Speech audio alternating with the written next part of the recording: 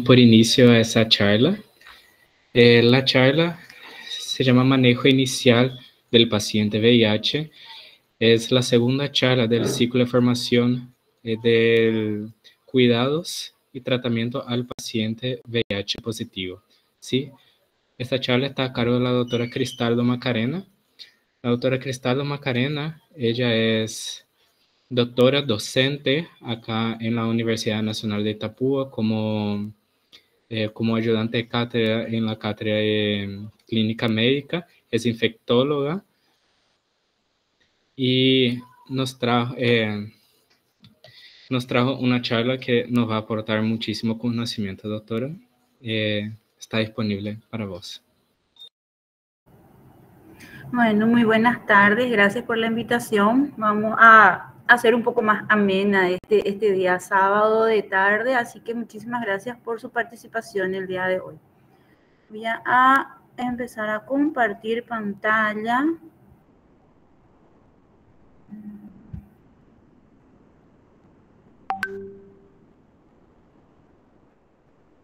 Ustedes me avisan si se ve la pantalla. Sí se ve, doctora. Bueno, así como mencionaste, el día de hoy vamos a hablar de lo que es el manejo inicial del paciente VIH positivo.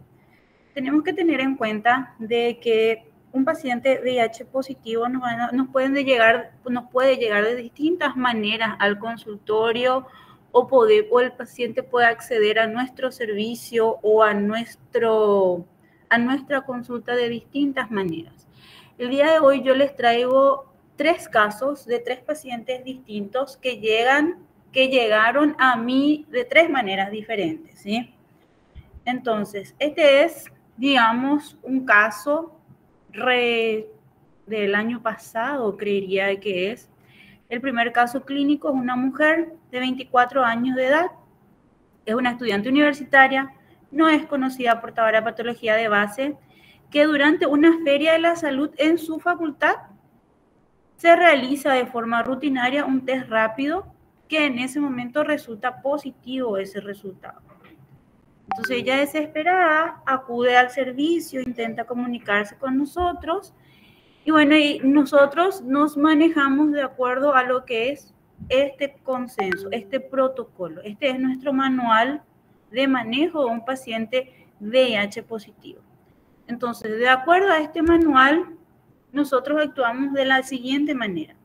Para poder hacer el diagnóstico de un paciente VIH positivo, nosotros necesitamos primeramente una prueba rápida. Las pruebas rápidas disponibles el día de hoy son pruebas de alta sensibilidad y alta especificidad.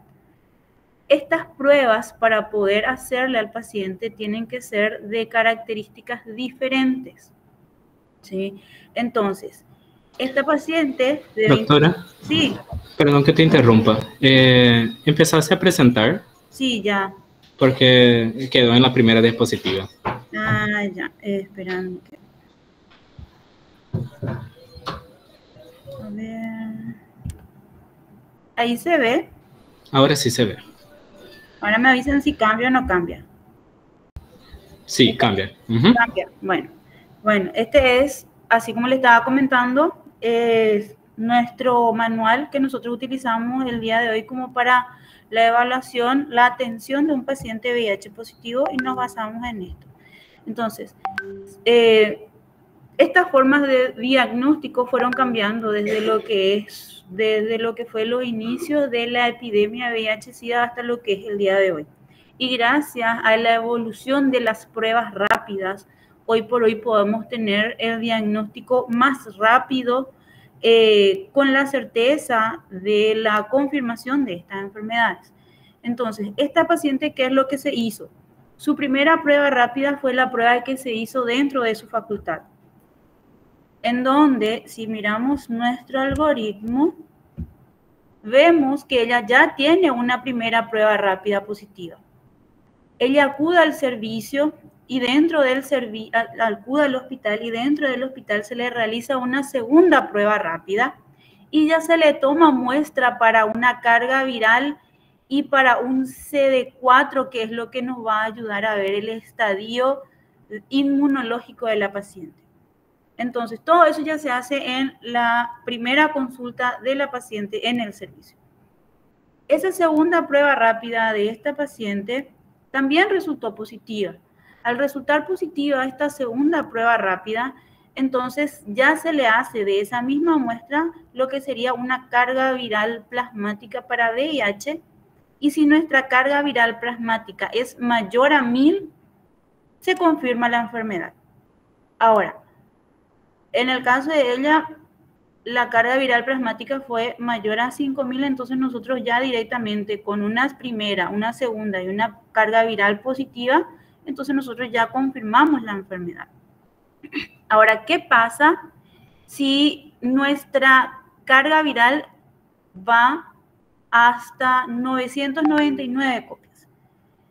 Si nuestra segunda prueba rápida es positiva, nuestra carga viral es de 999 copias, entonces nosotros con esos resultados no podemos hacer el diagnóstico de lo que es VIH. Entonces tenemos que solicitar lo que es una prueba de Western blot. Si el Western blot nos sale positivo, confirmamos la enfermedad. Si el Western blot es negativo, se descarta la enfermedad, ¿sí? Y con esta carga viral también se tomó lo que es la cantidad de la prueba, muestra de sangre para hacer lo que es el CD4 y de acuerdo a eso poder categorizar a la paciente dentro de lo que es nuestro diagnóstico del VIH. Entonces, ¿qué es lo que sucede? Una vez que la paciente se hizo sus pruebas resultaron positivas, entonces el médico que le evalúa, que en el caso de esta paciente fuimos nosotros, lo que empezamos a hacer es indagar sobre los antecedentes de la paciente. Primero y antes que nada, muy importante, antecedentes personales de la paciente. Hábitos tóxicos, consume bebidas alcohólicas, consume tabaco, consume algún otro tipo de drogas, las actividades sexuales que realiza, que mantiene, la cantidad de parejas sexuales, el uso de preservativos, métodos anticonceptivos. Si es un hombre, tiene un rol activo el hombre dentro de la actividad sexual, tiene un rol pasivo, es versátil. Antecedentes de infecciones de transmisión sexual previo, hizo tratamiento, no hizo tratamiento, antecedentes de pruebas de VIH previas y si es que llegó a consumir o no en algún momento lo que son las profilaxis pre o post-exposición, que son medicamentos antirretrovirales que se utilizan en el caso de la preexposición antes de mantener el acto sexual, las relaciones sexuales, y en el caso de la post-exposición, si es que mantuvo relaciones sexuales y después inició o no medicamentos antirretrovirales. Evaluar la posible vía de contagio, si es a través sexual, si es por transfusiones de hemoderivados, si la paciente utiliza drogas por vía parenteral. Entre los antecedentes médicos, muy importante es el antecedente de alergias, factores de riesgo cardiovasculares como hipertensión, dislipidemia o diabetes. En caso de mujeres, evaluar embarazos, patologías ginecológicas, el deseo de procrear si es que está en menopausia o fecha de última menstruación, consumo de cualquier otro tipo de medicación, ya sea suplementos, medicaciones crónicas, enfermedades previas, ya sea hepatitis, enfermedad renal, osteoporosis, fractura ósea, intervenciones quirúrgicas y el antecedente de vacunaciones. Todos estos antecedentes que yo le estoy hablando acá son preguntas que se le hace en forma rutinaria a los pacientes que acuden primeramente al consultorio de VIH. Una vez que hablamos de los antecedentes, pasamos a lo que es la exploración física. La exploración física de un paciente de VIH tiene que ser sumamente minucioso y tiene que incluir todo, porque justamente dentro de estos pacientes y más dentro de estos pacientes podemos encontrarnos con muchas sorpresas, porque un paciente de VIH, y más todavía un paciente de VIH que tiene años de estar infectado, es una cajita de sorpresas. Entonces, evaluar dentro de lo que es la exploración física el aspecto general. Es un paciente que está caquético, que es obeso, el estado de hidratación del paciente, evaluar peso, talla, hipertensión, presión arterial, el perímetro abdominal.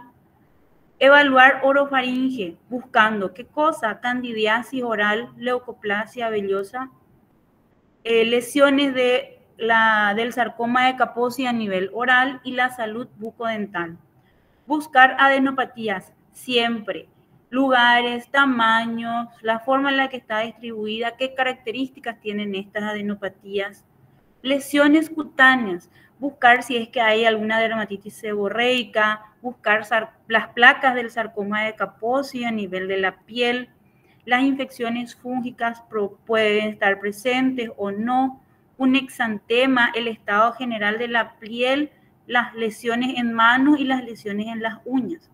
Auscultación cardiopulmonar, evaluar el área abdominal, buscando masa o alguna visceromegalia, evaluar extremidades genitales, muy importante no pasar por alto estas zonas, justamente por las úlceras o condilomas que puede llegar a presentar, así también como la evaluación anorrectal, buscando también úlceras, condilomas, nódulos, fisuras o hemorroides, una evaluación neurológica, evaluando pares craneales, déficit motores sensitivos de alguna localización o algún trastorno neurocognitivo que podría llegar a tener presente el paciente a la hora del examen físico, evaluación oftalmológica, derivar o a la oftalmología para una evaluación más específica.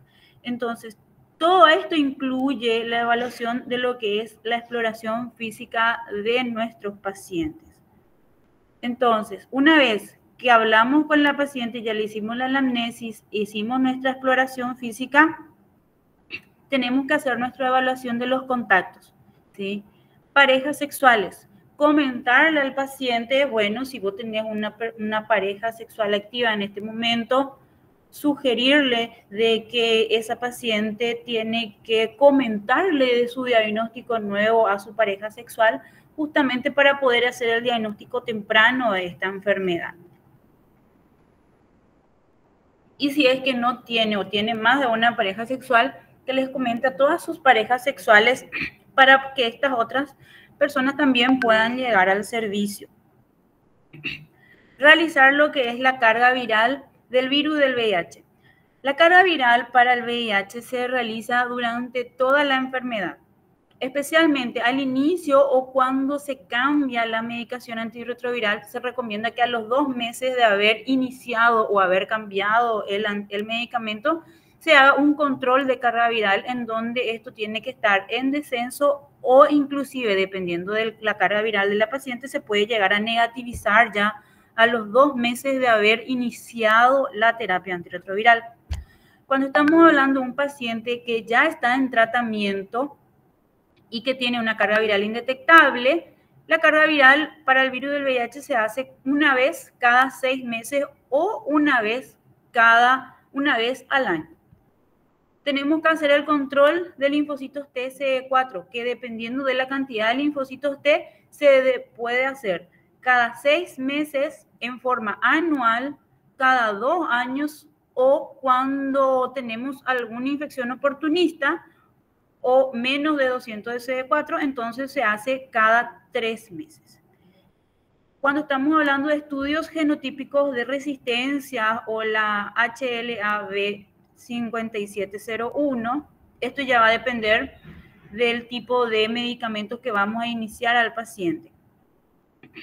Solicitar un hemograma mínimamente una vez al año, estudio de la coagulación, bioquímica sanguínea, solicitar hepatograma, función renal, función lipídica, perfil metabólico óseo, muy importante la orina simple, el clearance de creatinina y la proteinuria de 24 horas, porque hay ciertos medicamentos antirretrovirales que tenemos que controlar de esta manera. La glicemia en ayunas, el cálculo del riesgo cardiovascular se debería hacer en forma anual, especialmente en varones mayores de 40 y mujeres mayores de 50, y solicitar lo que son las serologías, Antecedentes de vacunación: serología de rubeola, sarampión, parotiditis, varicela, hepatitis A, hepatitis B, hepatitis C, sífilis, serología para toxoplasmosis, citomegalovirus. Solicitar Chagas, si es que tiene una IgG positiva para virus de la hepatitis C, solicitar carga viral para la hepatitis C, genotipificar esa hepatitis C. Si es que tiene una serología positiva para el virus de la hepatitis B, solicitar carga viral para hepatitis B. Cribado de otras ITS dependiendo de las prácticas sexuales que realice el paciente. Solicitar el antígeno criptocóxico en suero, especialmente en los pacientes que tienen menos de 100 de CE4. La prueba de lipoarabinomanano en orina, que es para tuberculosis, para detección de tuberculosis. Viremia para citomegalovirus en los pacientes que tienen menos de 100 de CE4. Fondo de ojo en pacientes que tienen menos de 50 de CE4. La PPD o IGRA-TV a todos los pacientes, independientemente de la cantidad de CD4 que tenga. Es muy importante realizarle esta prueba a todos los pacientes. O sea, es la detección temprana de tuberculosis o la detección de la infección latente a la tuberculosis muy temprano. En pacientes es muy importante. Estudios de imágenes: radiografía de tórax, electrocardiograma, ecografía hepática, si es que hay alguna coinfección con algún tipo de virus hepatotrópico, esófago y gastroscopía, dependiendo si es que hay cirrosis hepática, densitometría ósea, especialmente las personas ya mayores de edad, y no olvidarnos de lo que es especialmente el estudio genital femenino, citología cervical uterina y la citología anal, especialmente en los hombres que tienen sexo con hombres. ¿Qué es lo que se vio? De que con el uso de antirretrovirales en este mismo momento, en esta etapa de la vida, la expectativa de vida de un paciente con VIH aumentó. Entonces, un paciente con VIH que toma su medicación en forma periódica, en forma constante, tiene una carga viral indetectable y tiene un buen control de CD4, entonces se vio de que estos pacientes, su expectativa de vida es igual a como que no tuviera VIH. Y se empezó a ver más estos nuevos cánceres en estos pacientes, que son cánceres que no están asociados específicamente a lo que es el virus del VIH-Sida, como el cáncer colorectal, el hepatocarcinoma, el cáncer de mama, cáncer de próstata, cáncer anal y cáncer cervical. Entonces, es muy importante en un paciente hacerle el seguimiento a todos estos tipos de cánceres o evaluar el riesgo de estos cánceres en estos pacientes que acuden en forma periódica, toman en forma correcta su medicamento, justamente porque su expectativa de vida aumentó con los nuevos antirretrovirales que se está utilizando en el día de la fecha. Importante historia de vacunación del paciente. Hablarle al paciente de que esta es una enfermedad crónica, de que si el paciente hace su tratamiento en forma, su expectativa de vida es la misma como si no tuviera VIH, que puede hacer una vida normal. Inclusive las mujeres pueden tener hijos sin el riesgo de que su niño contraiga la enfermedad. Entonces, informar sobre todo esto al paciente y tener en cuenta de que estos pacientes, al tener un riesgo de que es la infección por el virus del VIH, sí o sí deben de mantener todo lo que es su esquema vacunal en al día, ¿sí? O sea, tener su vacuna contra el COVID en forma anual, independientemente de la cantidad de CD4, tenemos que tener en cuenta eso justamente porque existen ciertas vacunas que son las vacunas a virus vivos atenuados que cuando el paciente tiene menos de 200 CD4 están contraindicadas.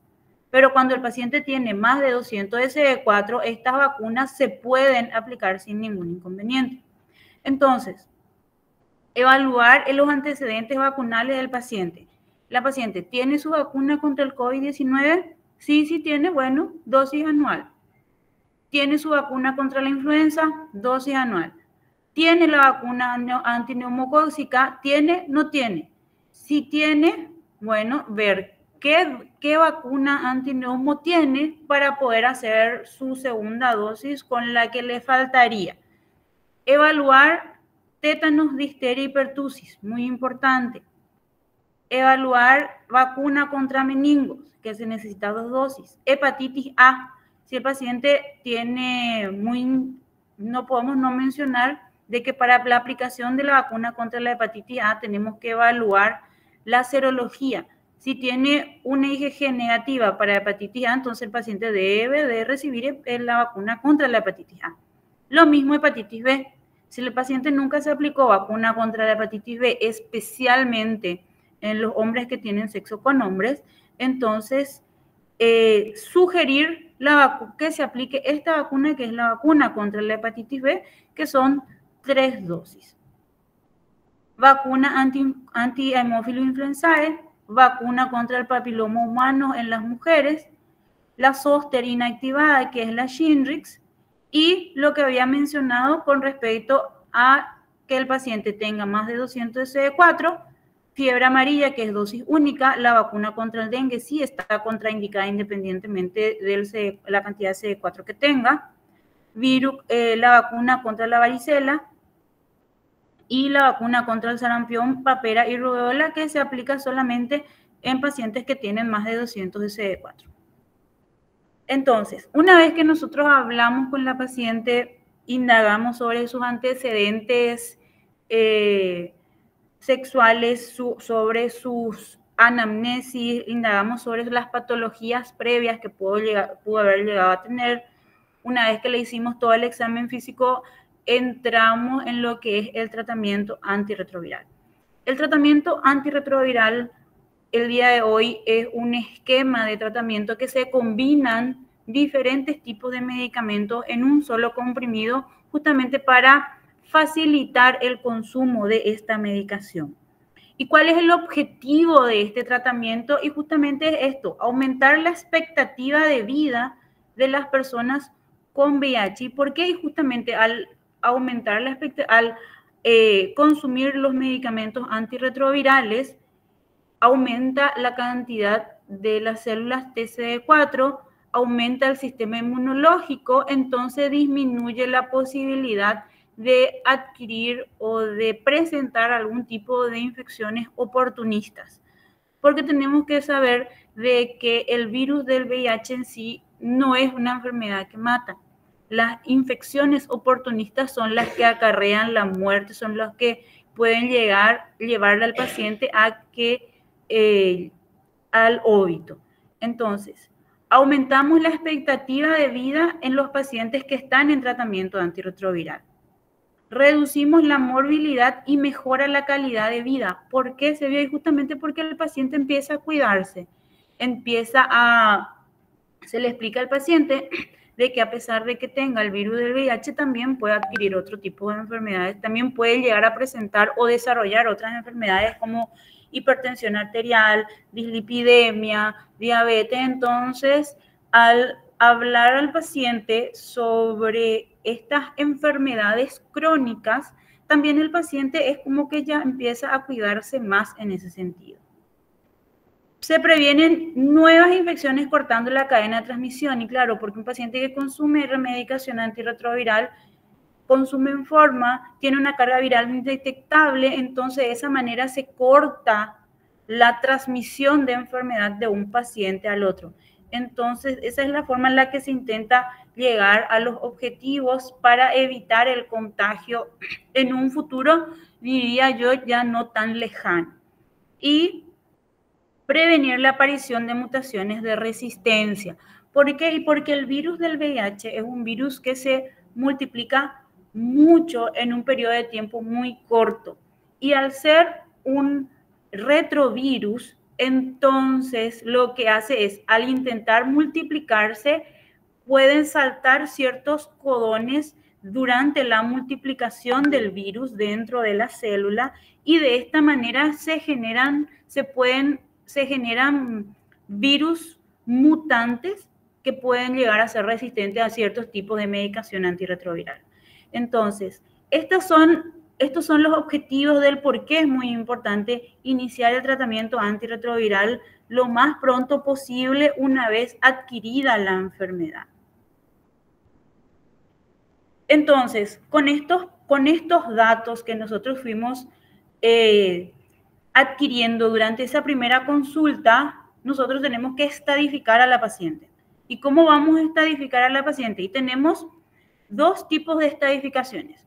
La primera de ellas es la estadificación de la CDC, que fue corregida en el año 93, en donde habla de tener en cuenta dos características: la cantidad de células de CD4 y la categoría clínica de cada paciente.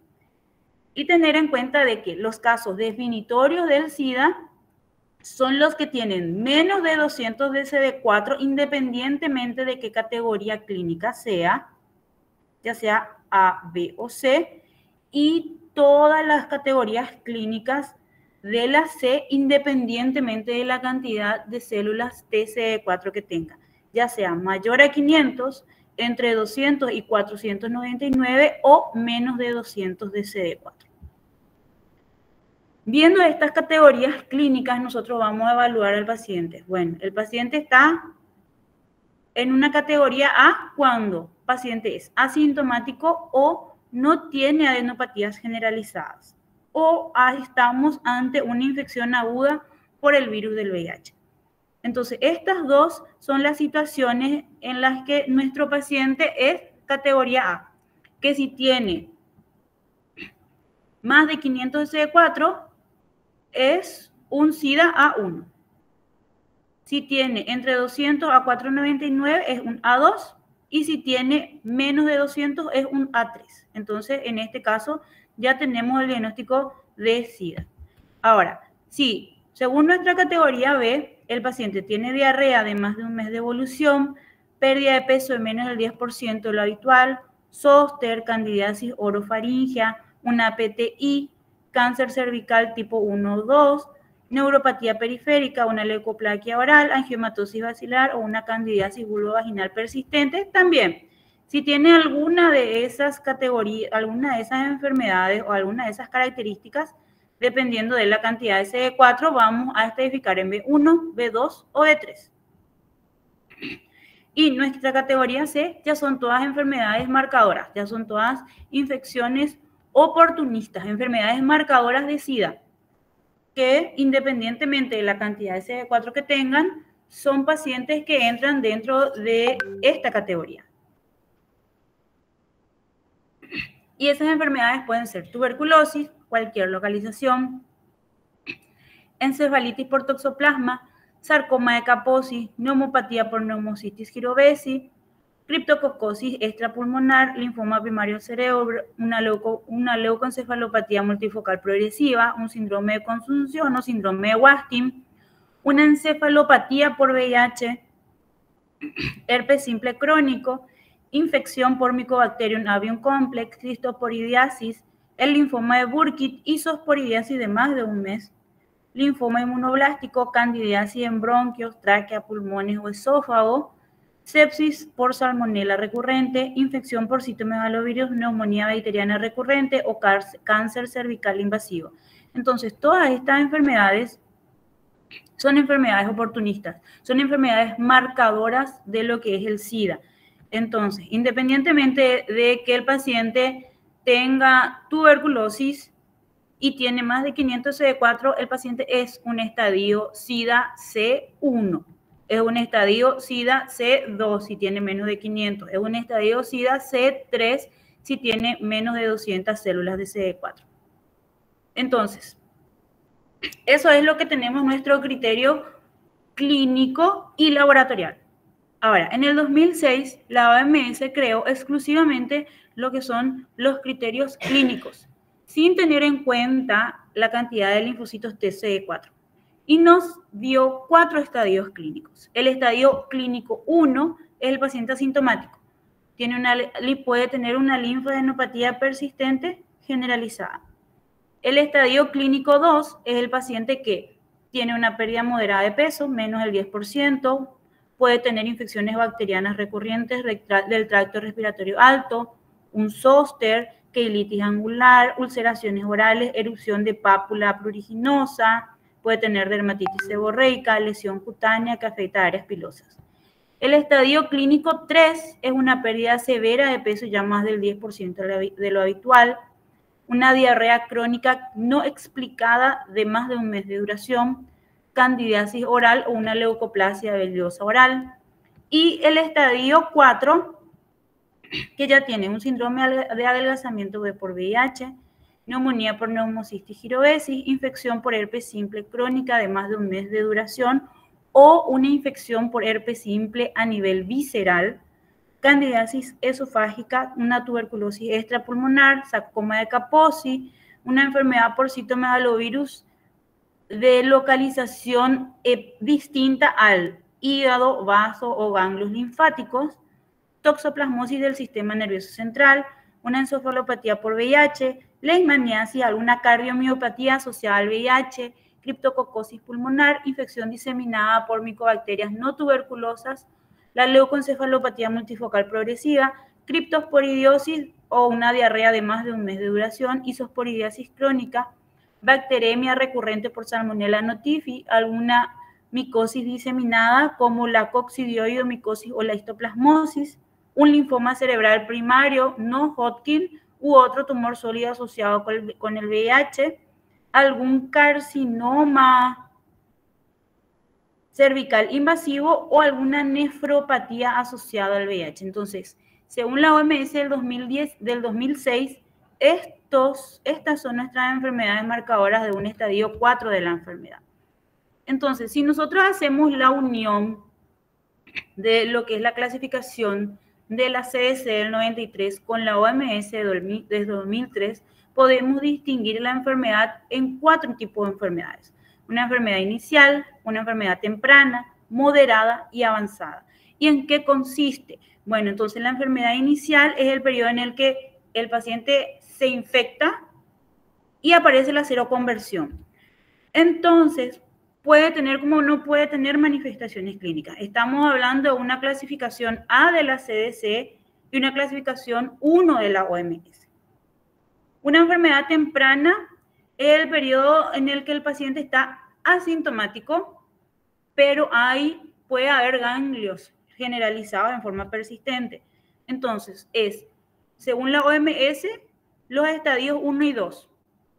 Y según la CDC, es el 4, el estadio A, perdón, en donde el paciente está asintomático o tiene una linfadenopatía generalizada.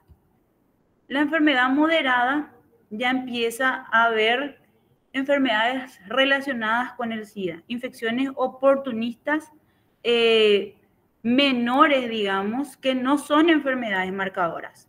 En este caso hablamos del estadio 3 de la OMS o B de la CDC.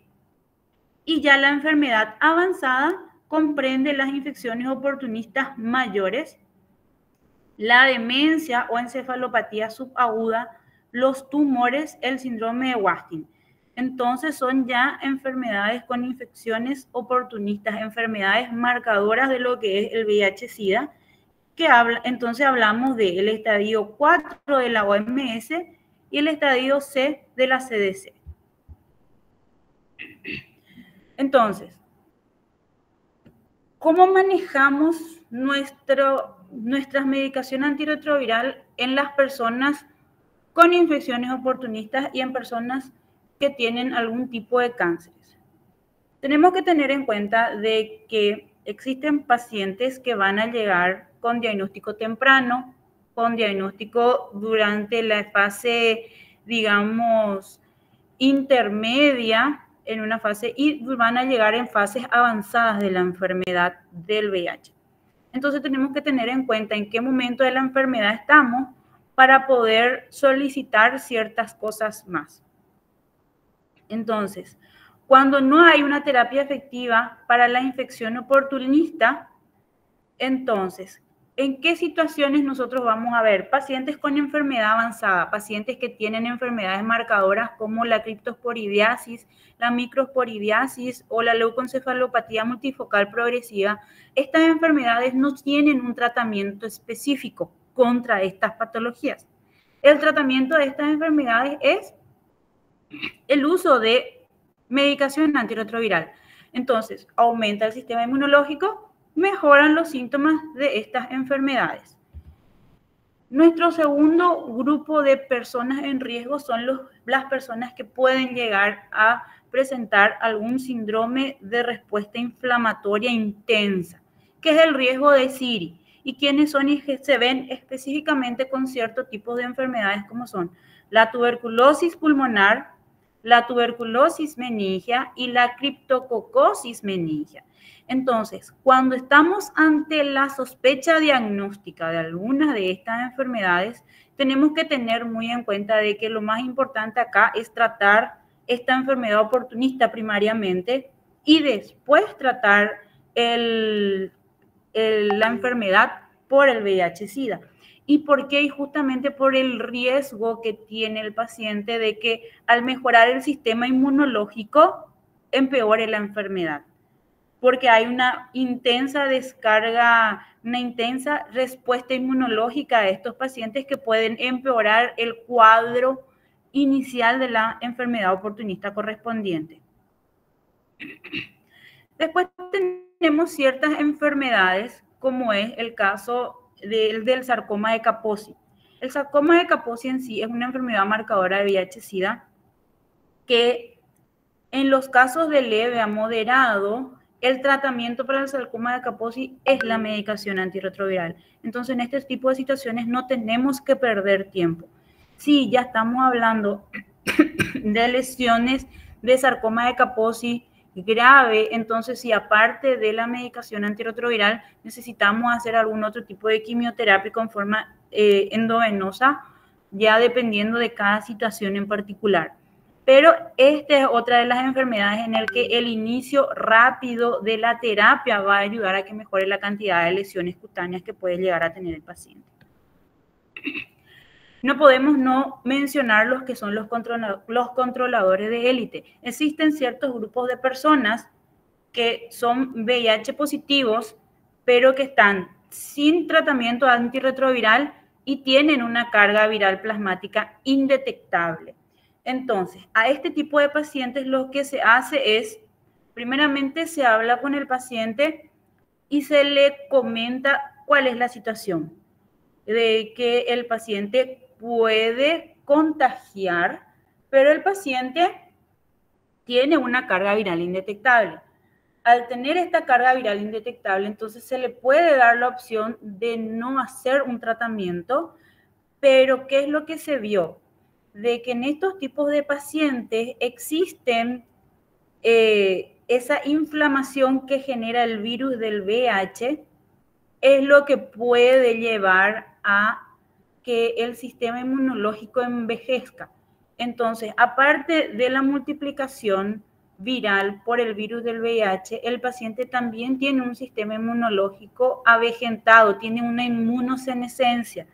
Esa inmunosenescencia, esa vejez del sistema inmunológico que produce el virus del VIH se puede controlar con la medicación antirretroviral.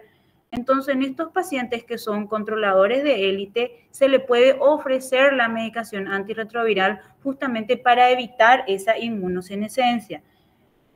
Y si el paciente no desea iniciar tratamiento antirretroviral, entonces lo que se le sugiere es un seguimiento clínico en forma periódica y un seguimiento laboratorial correspondiente, que apenas aumente la carga viral, entonces el paciente tiene que iniciar tratamiento antirretroviral obligatoriamente.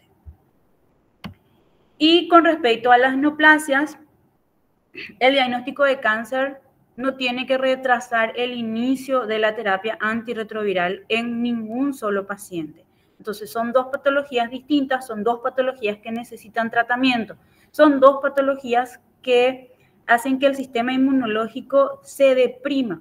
Por eso, ambas patologías pueden presentarse en un solo paciente, sí se pueden presentar, pero ambas patologías necesitan de que el tratamiento se haga correspondientemente en su momento. Entonces, teniendo en cuenta todo lo que ya habíamos hablado, tenemos nuestro esquema de medicación antirretroviral para cada tipo de paciente en particular. El esquema de preferencia es el esquema de triple terapia con tenofovir, lamivudina, dolutegravir, que se consume en forma diaria cada 24 horas y hoy por hoy se consume en forma de por vida. Después de este esquema inicial, tenemos nuestros esquemas alternativos que ya va a depender de cada paciente en particular y nuestras situaciones especiales. Embarazadas utilizan el mismo esquema. Pacientes mayores de 60 años con osteoporosis o pacientes con un clearance de más de 30 o menos de 60 ml, lo que se les sugiere es el tenofovir alafenamida con entricitabina más dolutegravir. Pacientes que tienen algún tipo de nefropatía tienen un esquema distinto. Pacientes en coinfección con VIH y tuberculosis, aparte del esquema preferencial, se le agrega 50 miligramos más de dolutegravir, entonces consume 300 miligramos de tenofovir, 300 miligramos de lamivudina más 100 miligramos de dolutegravir. Pacientes que pueden iniciar biterapia. Hay varios estudios que hablan de que existe la posibilidad de que ciertos pacientes, que son los que tenemos acá, pacientes naive, pacientes que son vírgenes de tratamiento antirretroviral, que no tienen resistencia a la lamivudina, que tienen antígeno de superficie negativo de la hepatitis B, que no tienen infecciones oportunistas y no tienen deterioro cognitivo ni insuficiencia renal, se puede iniciar un esquema de biterapia, no necesariamente el esquema de triple terapia. La única diferencia acá es que en este esquema preferencial de triple terapia se consume una sola pastilla por día. En este esquema de biterapia se consumen 2 pastillas por día. Esa es la diferencia. Entonces, acá consume 1, acá consume 2. Entonces, todo eso se te tiene que explicar al paciente a la hora de que va a iniciar la medicación. Y obvio que uno siempre va a optar por lo que son la medicación más fácil de consumir. Es más difícil que yo me olvide de tomar una medicación que es una sola vez al día a que tenga que tomar 2 pastillas por día. Entonces, todo eso hay que evaluar a la hora de sugerirle al paciente tal o a la hora de elegir el esquema de tratamiento para cada paciente en particular. Entonces, existen pacientes que tienen contraindicación o intolerancia al tenofovir y los que tienen intolerancia al dolutegravir, que es el medicamento que está en prácticamente todos nuestros esquemas iniciales. Pero a esos pacientes tenemos tratamientos alternativos. Y lo que son las profilaxis para las infecciones oportunistas, dependiendo de la cantidad de CD4 que tenga el paciente, tenemos las distintas profilaxis. Primeramente, nuestra profilaxis con el trimethoprim sulfa en forma de trisemanal, 3 veces por semana, para los pacientes que tienen menos de 200 de CD4. Entonces, ¿cómo yo voy a saber que el paciente tiene menos de 200 de CD4? Y porque puede llegar a presentar una candidiasis oral o tiene alguna enfermedad marcadora de VIH del estadio SIDA. Entonces, con menos de 200 de CD4, yo tengo que dar profilaxis para la neumocistosis y para la toxoplasmosis. Entonces, con menos de 200 de CD4, mi paciente debe de consumir trimethoprim sulfa para evitar estas enfermedades. Con menos de 50 de CD4, yo tengo que iniciar profilaxis semanal con acitromicina o claritromicina. La acitromicina normalmente se consume 1.200 miligramos semanal y la claritromicina 500 miligramos cada 12 horas todos los días. Entonces, para que el paciente sea más adherente al tratamiento, lo que se le sugiere o lo que se le indica siempre es que consuma acitromicina una vez por semana, 1.200 miligramos. Y esta acitromicina se da más que nada para evitar lo que es las infecciones por el complejo MAC, ¿sí? el complejo de Mycobacterium avium diseminado. Y la profilaxis para la tuberculosis, que todo paciente VIH positivo debe ser testado para tuberculosis independientemente de la cantidad de CD4 que tenga, se necesita iniciar tratamiento para una tuberculosis, enfermedad por tuberculosis o una infección latente por tuberculosis. Entonces, el paciente que inicia tratamiento antirretroviral, ¿qué es lo que tenemos que hacer? Bueno, nosotros evaluamos al paciente, le hicimos su diagnóstico, su primera consulta, anamnesis, estado vacunal, examen físico general, le hicimos los pedidos para su siguiente control. ¿Y qué es lo que le vamos a decir al paciente? Bueno, nosotros vamos a vernos dentro de 2 semanas porque yo tengo que ver de que tu tratamiento antirretroviral no tenga efectos adversos en vos. Tengo que evaluar si tomaste o no tomaste la medicación. Entonces, a las 2 semanas nos vemos y ahí vamos a ver qué tal estás. Me vas a traer tus resultados, tus ecografías, me vas a traer tus estudios complementarios que te pedí el día de hoy y vamos a ver qué tal estás. Pues yo tengo que ver en qué situaciones el paciente ingresa al servicio. Y una vez que el paciente venga con todos sus resultados, el paciente está bien, bueno, nosotros nos vemos dentro de 1 mes. Nos vemos dentro de 3 meses. Entonces, de esa forma, tenemos que crear una relación médico-paciente como para que el paciente confíe en nosotros y tenga esa posibilidad y quiera volver a la consulta para poder hacerle el seguimiento y el apoyo que necesita para esta enfermedad. Porque hoy por hoy todavía es una enfermedad muy marcadora, es una enfermedad que genera mucho estigma dentro de los mismos pacientes, ¿sí? Entonces, evaluar el manejo psicosocial del paciente es muy importante. Entonces, una vez que el paciente viene, la carga viral es indetectable, entonces yo le puedo decir al paciente, sí, bueno, está súper bien, yo te doy medicamento para dentro de 3 meses y nosotros nos volvemos a ver dentro de 3 meses para que vuelvas a retirar tu medicación. En pacientes gestantes, el control ya cambia, el control ya es mensual hasta que nazca el bebé. Entonces, a medida que la paciente haga sus controles prenatales, también debe volver a la consulta. También cuando estamos hablando de coinfección VIH y TB, el control debe de ser mensual hasta que finalice el tratamiento para la TB. Una vez que finaliza el tratamiento TB, se pasa a controles cada 3 o cada 6 meses, dependiendo de cada paciente en particular. El tamizaje para tuberculosis en todas las consultas. En los pacientes que no se hizo el diagnóstico de tuberculosis o no tiene sospecha de TB, entonces hay que evaluar la probable infección de TB en todas las consultas. Tratamiento para la infección latente de TB una vez que se descarte la tuberculosis en todos los pacientes, especialmente los que tienen menos de 200 CD4 y muy importante, el manejo multidisciplinario de estos pacientes. Si es que yo necesito que el paciente le vea un diabetólogo, un cardiólogo, un ginecólogo o un mastólogo o un urólogo, el tratamiento es multidisciplinario siempre.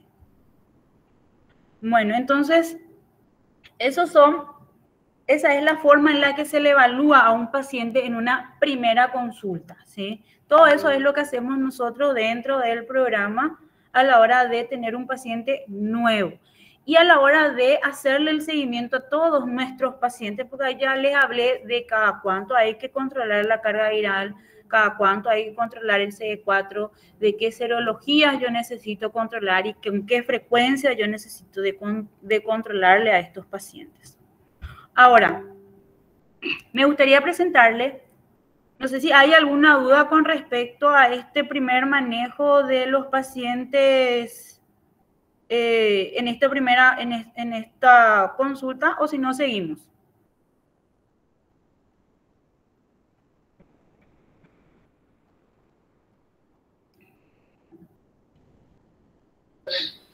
No hay ninguna duda en el chat. ¿La espera? Bueno, entonces vamos a continuar. Me gustaría presentarle ahora 2 casos clínicos más de lo que son las infecciones, cómo se presentan las infecciones oportunistas en este tipo de pacientes.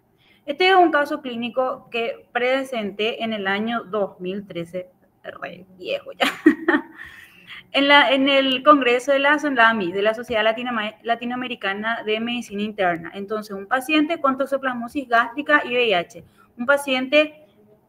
Fue un paciente mío dentro del Instituto de Medicina Tropical, y bueno, este es el caso clínico, ¿verdad? Esta fue la presentación de aquel entonces, en donde dentro de la introducción hablamos un poquitito de lo que es la toxoplasmosis, que es una enfermedad que hay una tasa de infección mundial alta, solamente que la presentación como enfermedad es baja de esta enfermedad en los pacientes inmunocompetentes. Ahora, esto cambia en los que son los pacientes inmunodeprimidos, especialmente en los pacientes con VIH-Sida, en donde una de las principales lesiones ocupantes de espacio a nivel cerebral es la toxoplasmosis. Y de eso es la encefalitis por toxoplasma. Entonces, el lugar donde más frecuentemente se localiza la toxoplasmosis en el paciente con VIH es a nivel cerebral, pero existen otras localizaciones también en donde se puede llegar a presentar, pero esto es menos frecuente. Entonces, me resultó muy relevante en aquel entonces justamente porque fue un caso sumamente raro la forma en la que se hizo el diagnóstico. Ahora, nuestra historia clínica era un varón de 39 años que tenía un mes de evolución con sensación febril de predominio nocturno, que fue durante la primera semana, y después se volvió sin predominio horario. 15 días de disfagia o dinofagia, astenia, anorexia, dolor abdominal generalizado, más intenso a nivel de epigastrio y una pérdida de peso de 10 kilos. Se realizó una endoscopía digestiva alta y lo que informaba el informe de la EDA era una mucosa gástrica extensamente ulcerada y una vulvoduodenitis eritematosa. Al ingreso, el paciente estaba taquicárdico, taquipneico afebril, tenía placas blanquecinas a nivel de la lengua. Se inició tratamiento con ganciclovir y fluconazol por ese resultado de la endoscopía, por la posibilidad de que las úlceras sean o por citomegalovirus o por una candidiasis. La evolución fue en la ecografía abdominal normal. Se lo solicitó esputo para hongos negativos. El laboratorio tenía 3.900 de glóbulos blancos, 55 de neutros, linfo de 17, unos eosinófilos de 15, hemoglobina de 11.5 y hematocrito 33.1, CD4 de 3 y una carga viral para el VIH de 897.052. En las heces se vieron quistes de entamoeba coli y trofosoditos de Giardia lamblia. La evolución del paciente, bueno, contábamos con serologías para hepatitis A, B, C negativas, serología para IgG, para citomegalovirus de 986, para toxoplasmosis de 5.025 y una BD no reactiva. Se solicitó carga viral para citomegalovirus que vino positiva de 310 y durante la internación el paciente presentó un distrés respiratorio que se sospechó de que podría ser o citomegalovirus o una neumocistosis pulmonar. Entonces, aparte de ya la medicación que había recibido, se decide agregar el trimestoprim sulfametoxazol para tratamiento de neumocistosis pulmonar. Completa 21 días de ganciclovir y 21 días de trimestoprim sulfa con una evolución favorable, con 22 días de internación. El estudio de anatomía patológica de la EDA hablaba de una mucosa gástrica con extensos sectores de ulceración, cambios regenerativos glandulares, proceso inflamatorio agudo y crónico y fibrosis con aspecto cicatricial. Se observa también gruesos fragmentos de material necrótico, ausencia de atipias y a nivel de la mucosa gástrica, estructuras compatibles con toxoplasma. Se realiza una tomografía de tórax y en la tomografía de tórax se observa una lesión hipodensa parieto temporal izquierdo y se decide iniciar justamente tratamiento como para una toxoplasmosis cerebral con pirimetamina, sulfadiazina y ácido folínico. Dentro de nuestra discusión fue la encefalitis y el proceso expansivo cerebral son las causas más frecuentes de reactivación de toxoplasmosis en los pacientes con VIH-Sida. primera causa de masa ocupante cerebral en este tipo de pacientes. Está muy relacionado con una severa inmunodepresión, generalmente en pacientes con menos de 100 de CD4. Y mientras más inmunodeprimido esté el paciente, es más alta la posibilidad de que la enfermedad se haga generalizada. Este paciente presentaba una inmunodepresión severa, lo que explica una localización gástrica de la toxoplasmosis, que inicialmente por la presencia de las úlceras, también se pudo haber interpretado como citomegalovirus, que mejoró con el tratamiento que se le realizó al paciente. Tener en cuenta de que tenemos enfermedades que no siempre pueden estar presentes en un paciente inmunocompetente, pero en un paciente inmunodeprimido son varios los diagnósticos que debemos de manejar siempre, ¿sí? Distintas etiologías pueden tener este tipo de enfermedades, y la coinfección o la concurrencia de las infecciones de distintas infecciones oportunistas puede estar presente. Entonces, este paciente, ¿qué es lo que hizo? Un cuadro respiratorio que se interpretó como una neumocistosis pulmonar porque respondió al tratamiento. Tenemos una carga viral positiva para citomegalovirus y también tenemos una biopsia de que nos habla de con lesiones probables a nivel del estómago de toxoplasmosis. Entonces tenemos 3 diferentes infecciones oportunistas en un solo paciente, ¿sí? Entonces, manejar de que un paciente con VIH positivo, mientras más inmunodeprimido esté, más alta es la posibilidad de que tengamos varias patologías en un mismo paciente. Y nuestro tercer caso clínico es un masculino de 65 años con una historia de 15 días de evolución, donde el paciente se comunicaba poco con los familiares, se negaba a alimentarse y a tomar sus medicaciones. 3 días antes del ingreso, el paciente refiere sensación febril, sin predominio horario, deja de comunicarse con los familiares, se alimenta solamente con líquidos en pequeña cantidad, por lo que los familiares decidieron llevarle al IMT. El paciente era conocido portador del virus del VIH desde noviembre del 2009. Este era nuestro esquema de tratamiento antes del esquema de monoterapia al día de hoy, de un solo comprimido, en donde el paciente consumía sidobudina, lamivudina y efavirenz en comprimidos diferentes, y también estaba con el tratamiento de antivacilares. Al examen físico, el paciente ingresa normotenso, una frecuencia cardíaca 70 y una respiratoria 23.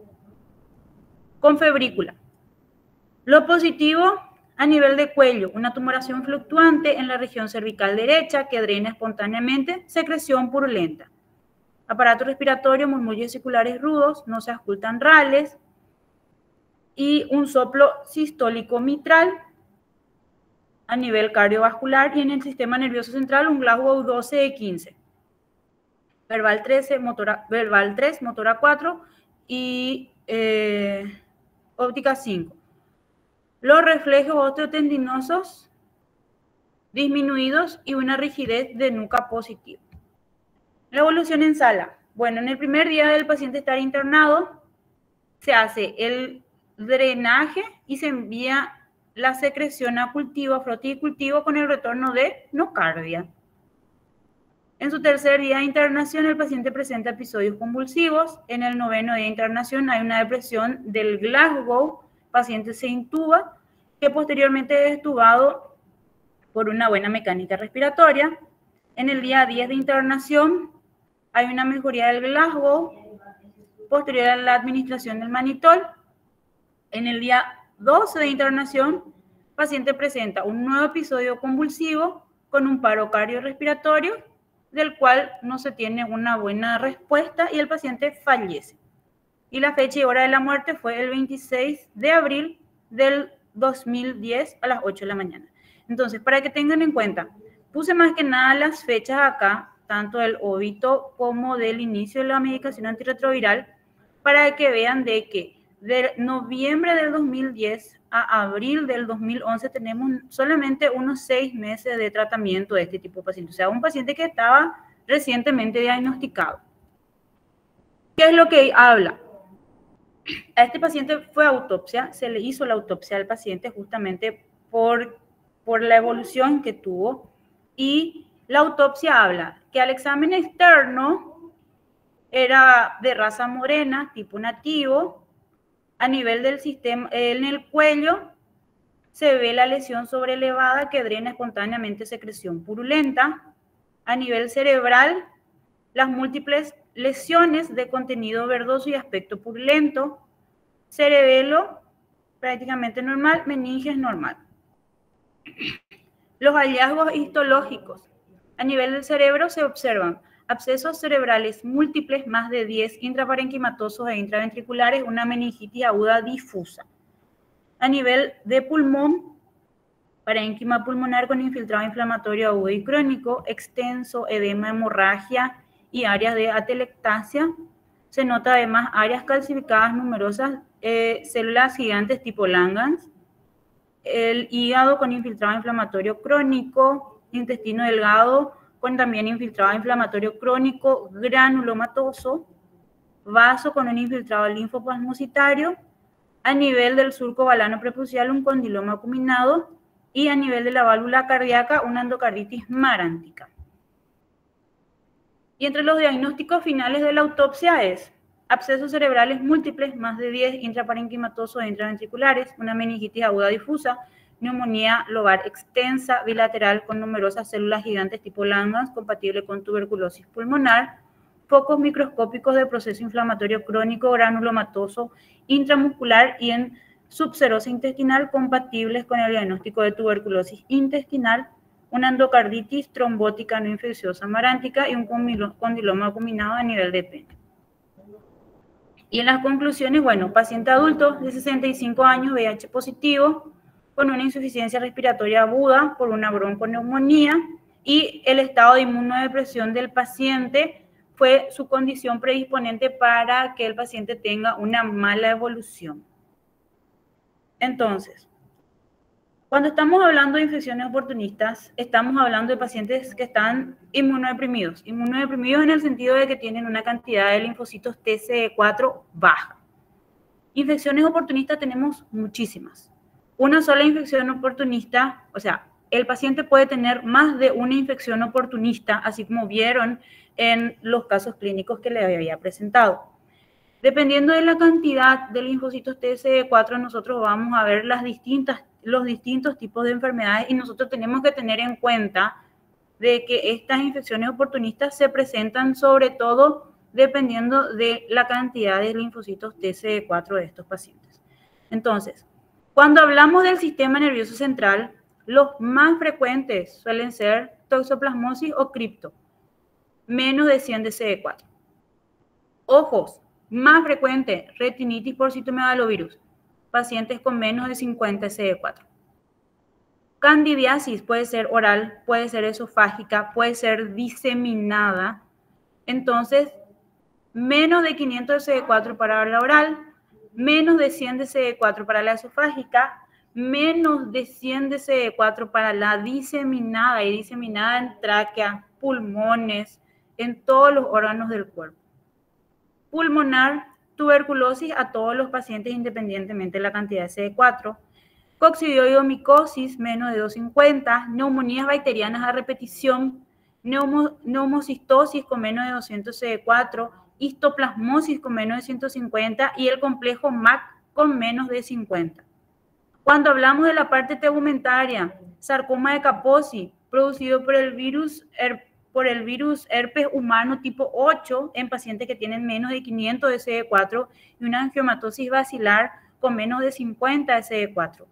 Diarreas crónicas, las isosporidiasis, menos de 200, coccidioidomicosis y microsporidiosis, menos de 100, colitis por citomegalovirus o MAC con menos de 50 de CD4. Entonces, dependiendo de la cantidad de CD4 que tenga el paciente, para ver qué posible patología oportunista le esté afectando al momento de la consulta. Entonces, una infección oportunista se produce con más frecuencia o mayor gravedad como una consecuencia del estado de inmunodepresión del paciente.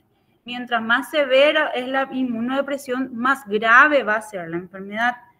Entonces, ¿en quiénes vamos a ver? En pacientes en los que se atrasa el diagnóstico de VIH y en pacientes que se niegan o se retrasa el inicio de la terapia antirretroviral.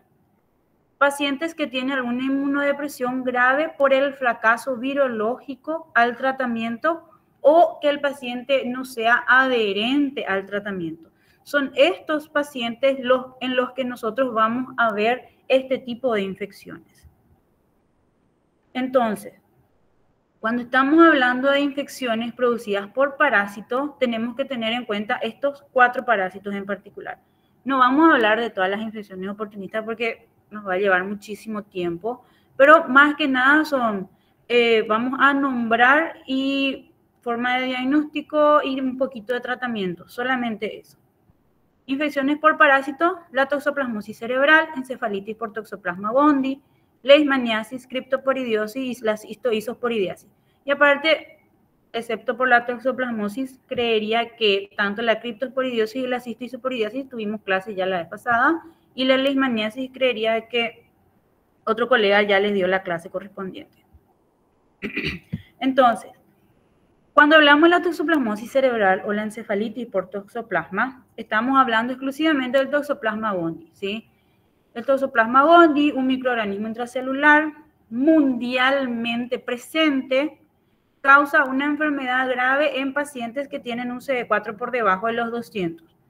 Pero no es una infección aguda, es una reactivación de una infección latente, una infección que el paciente ya tiene dentro del cuerpo, que con el descenso, a consecuencia del virus del VIH, hay un descenso en la cantidad de linfocitos CD4, entonces se reactiva la enfermedad. ¿Y dónde se reactiva? A nivel cerebral, con una encefalitis necrotizante en los pacientes inmunodeprimidos, y es el 60% de las masas ocupantes de espacio en estos pacientes. El cuadro clínico, un paciente con una encefalitis focal, cefalea, síntomas neurológicos focales, un paciente que llega al consultorio con una hemiplegia facial brachiocrural de un lado en particular, una alteración del estado mental, fiebre o convulsiones, y entre las manifestaciones extracerebrales puede ser ocular y pulmonar, que no son tan habituales, o como en el caso del cuadro clínico, del caso clínico que les presenté, que era intestinal. Entonces, el diagnóstico en sí es, primero y antes que nada, saber la cantidad de CD4 que tiene el paciente. Tiene que tener menos de 200 CD4. Segundo, solicitar lo que es la parte de serología para toxoplasmosis, IgG, IgM. Un paciente con menos de 200 CD4, con una serología positiva en sangre para toxoplasmosis, IgG, y más la clínica, que es la plejía o la paresia, entonces nosotros tenemos que solicitar lo que es el estudio de imagen, tomografía o resonancia. En el caso de la imagen que vemos acá, vemos imágenes de una resonancia, y lo que vemos es esta imagen en halo o en anillo hiperintensa, que genera un efecto de masa con compresión del área circundante local. Y esto es lo que hace de que el paciente presente este cuadro clínico de esta alteración, de estos síntomas focales en particular. El tratamiento es, una vez que yo sé la cantidad de CD4, tengo mi IgG positivo, tengo mi imagen, inicio tratamiento contra la toxoplasmosis cerebral, que puede ser o trimetoprim sulfa o pirimetamina sulfadiazina más ácido folínico.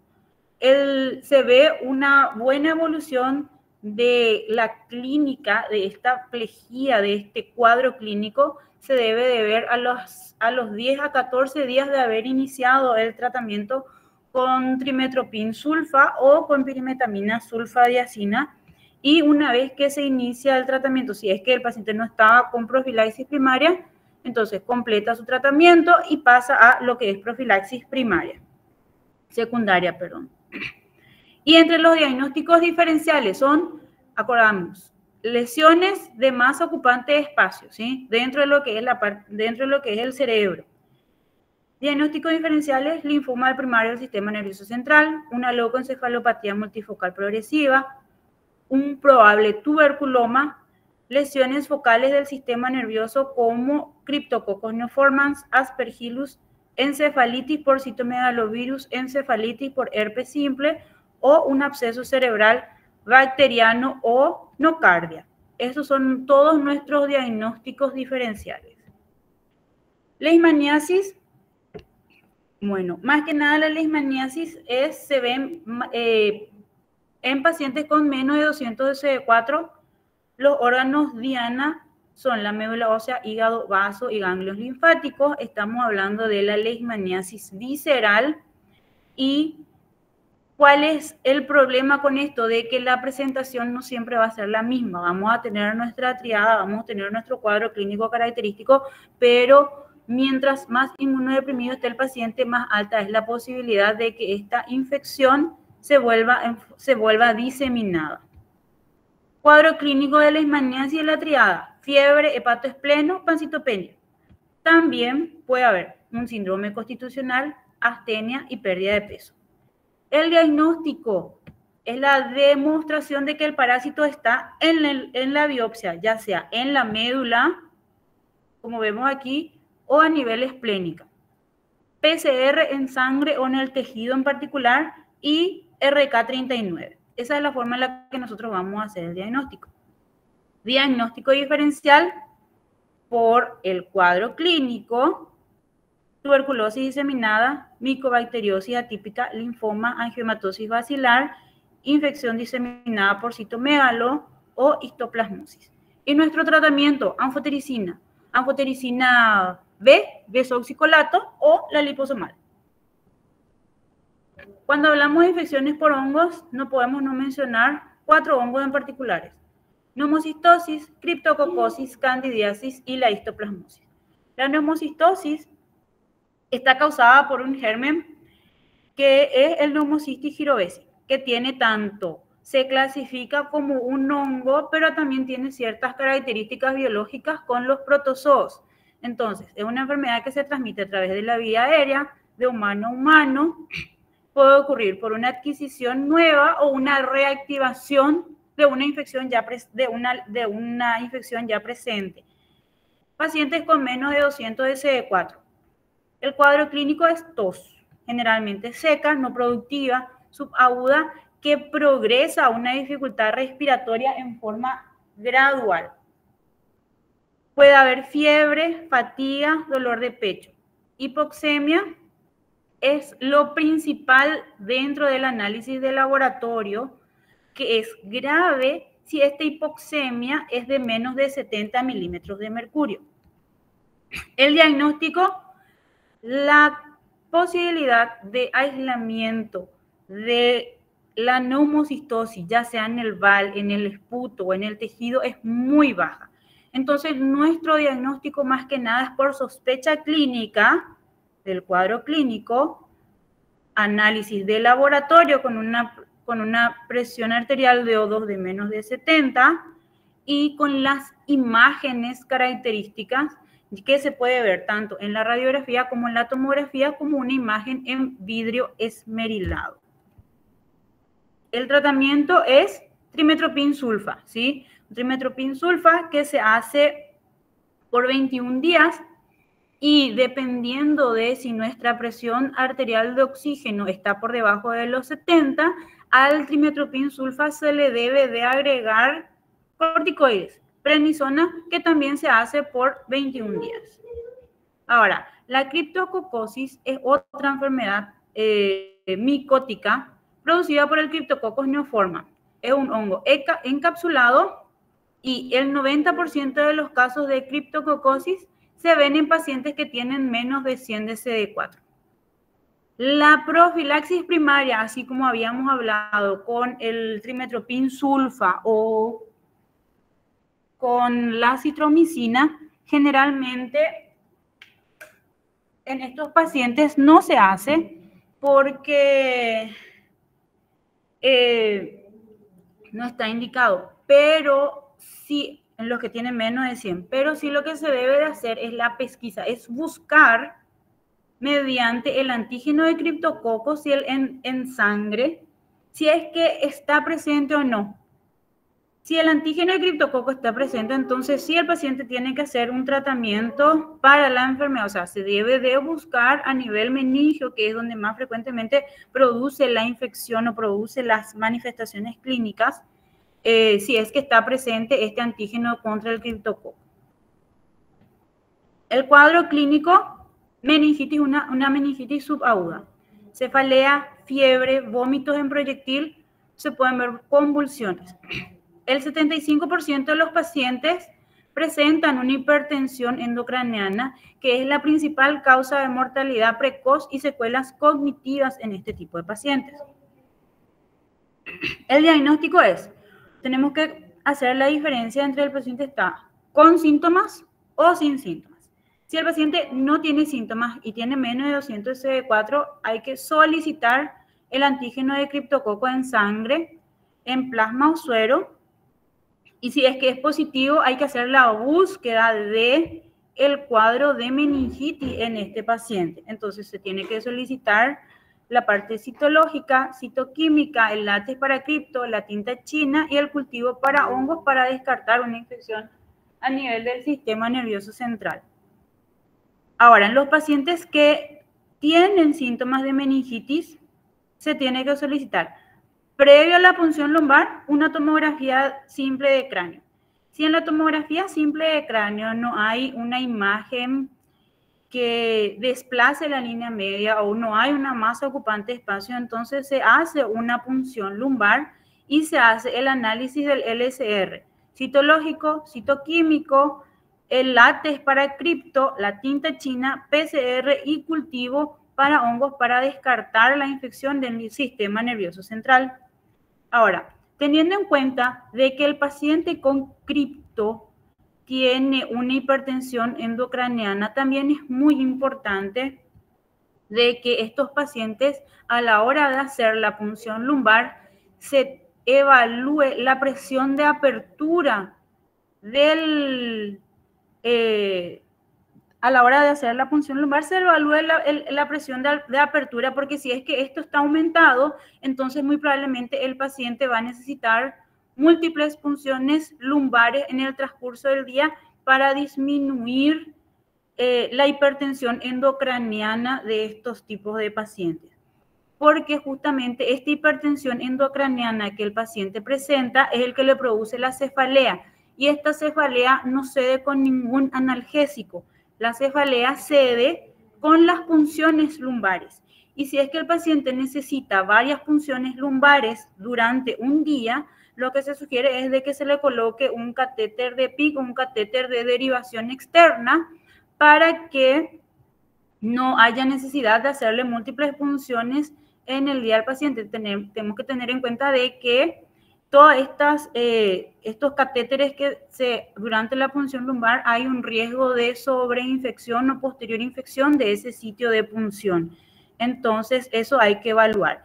Y en este tipo de pacientes, esa hipertensión endocraniana se sabe de que no es por la superproducción de LSR, sino es más bien porque lo que son las cápsulas o las partículas del hongo son los que se van y comprimen y bloquean los forámenes por donde se drena el LSR dentro del cuerpo, y eso hace que aumente la cantidad de LSR a nivel del cráneo y con la correspondiente hipertensión endocraniana y cefalea posterior.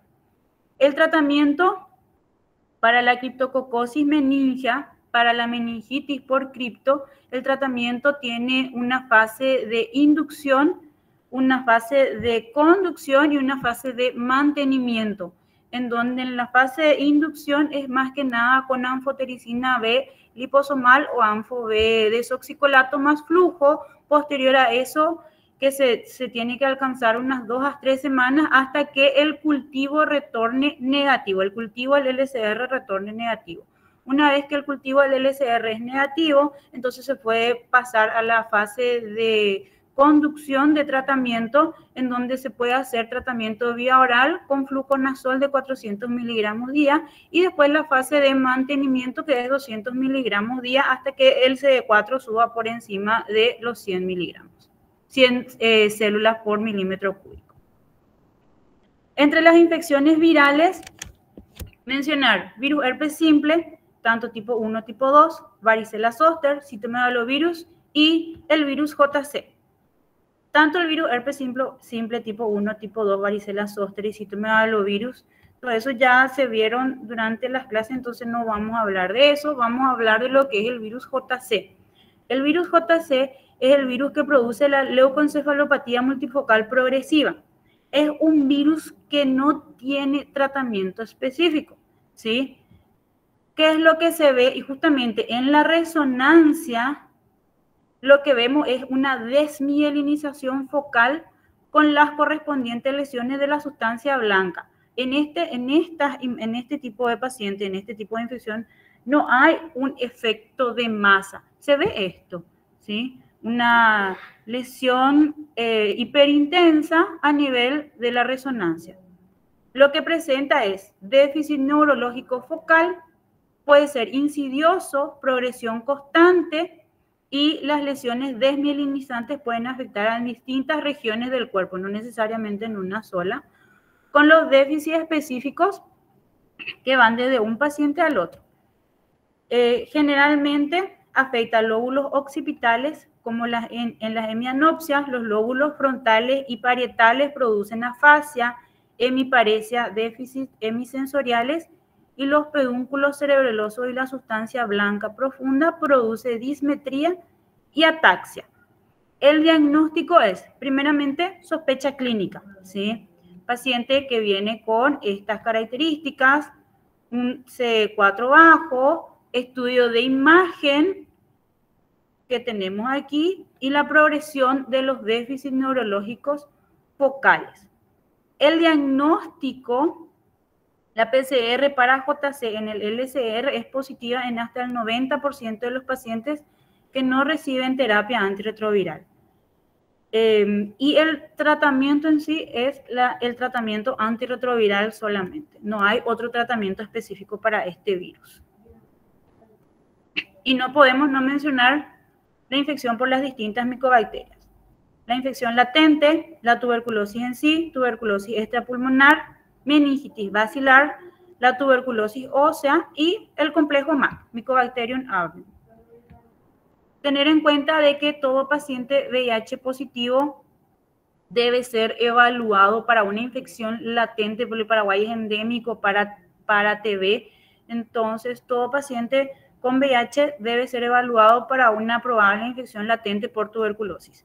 Y haciéndole los estudios correspondientes. Hoy tenemos la posibilidad de hacerle el IGRA-TB a estos pacientes, entonces podemos hacerle el IGRA. Si el resultado viene positivo, se evalúa como para tratamiento. Si el resultado es negativo, evaluar las distintas posibilidades de tratamiento para una posible infección latente. Con los distintos tipos de esquemas. En este momento contamos con este esquema acortado, que es de isoniazida rifampicina, que se toma por 3 comprimidos semanales por 3 meses. O sea, son durante 3 meses, 3 comprimidos semanales.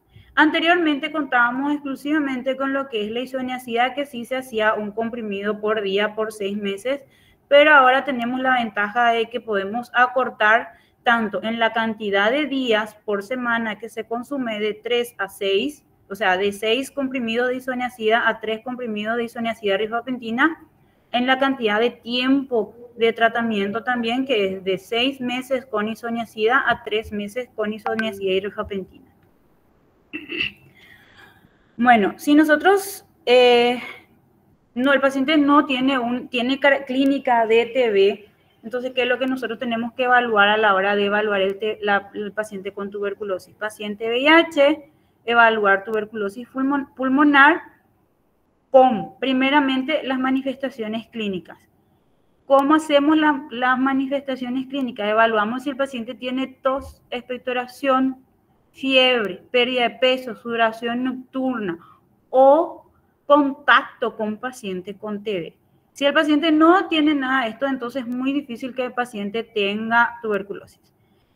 Hacer el diagnóstico bacteriológico, pedirle el esputo, pedirle el IGRA-TB a estos pacientes.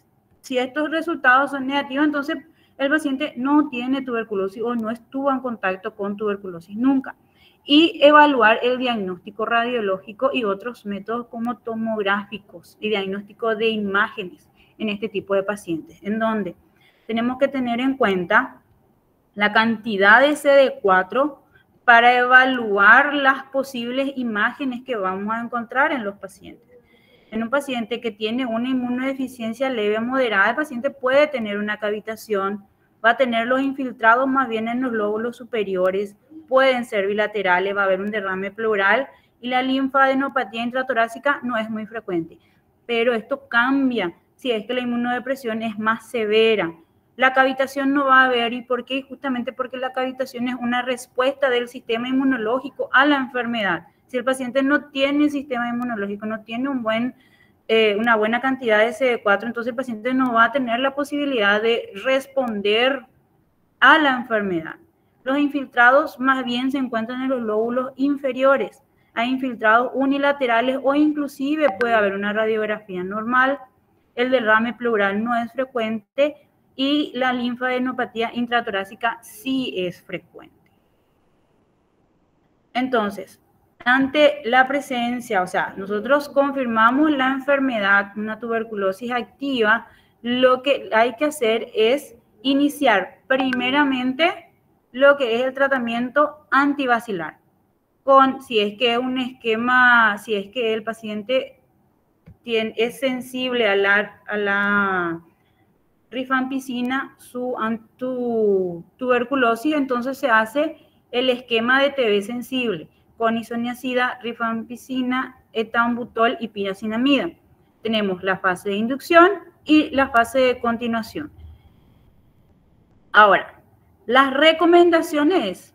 Todo paciente con tuberculosis y VIH debe de recibir tratamiento antirretroviral. Pero estos pacientes, una vez que se hace el diagnóstico de tuberculosis, se inicia primero el tratamiento antibacilar y después de 2 semanas el tratamiento antirretroviral.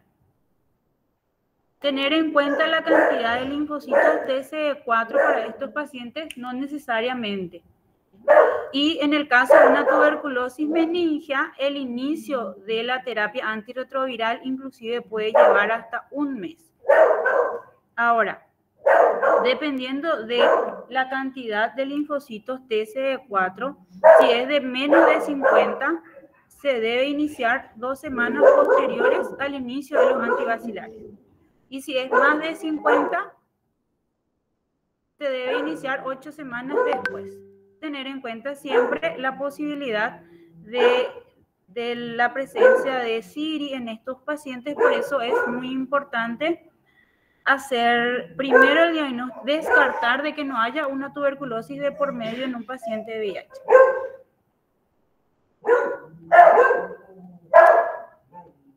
Bueno, acá les dejé arriba.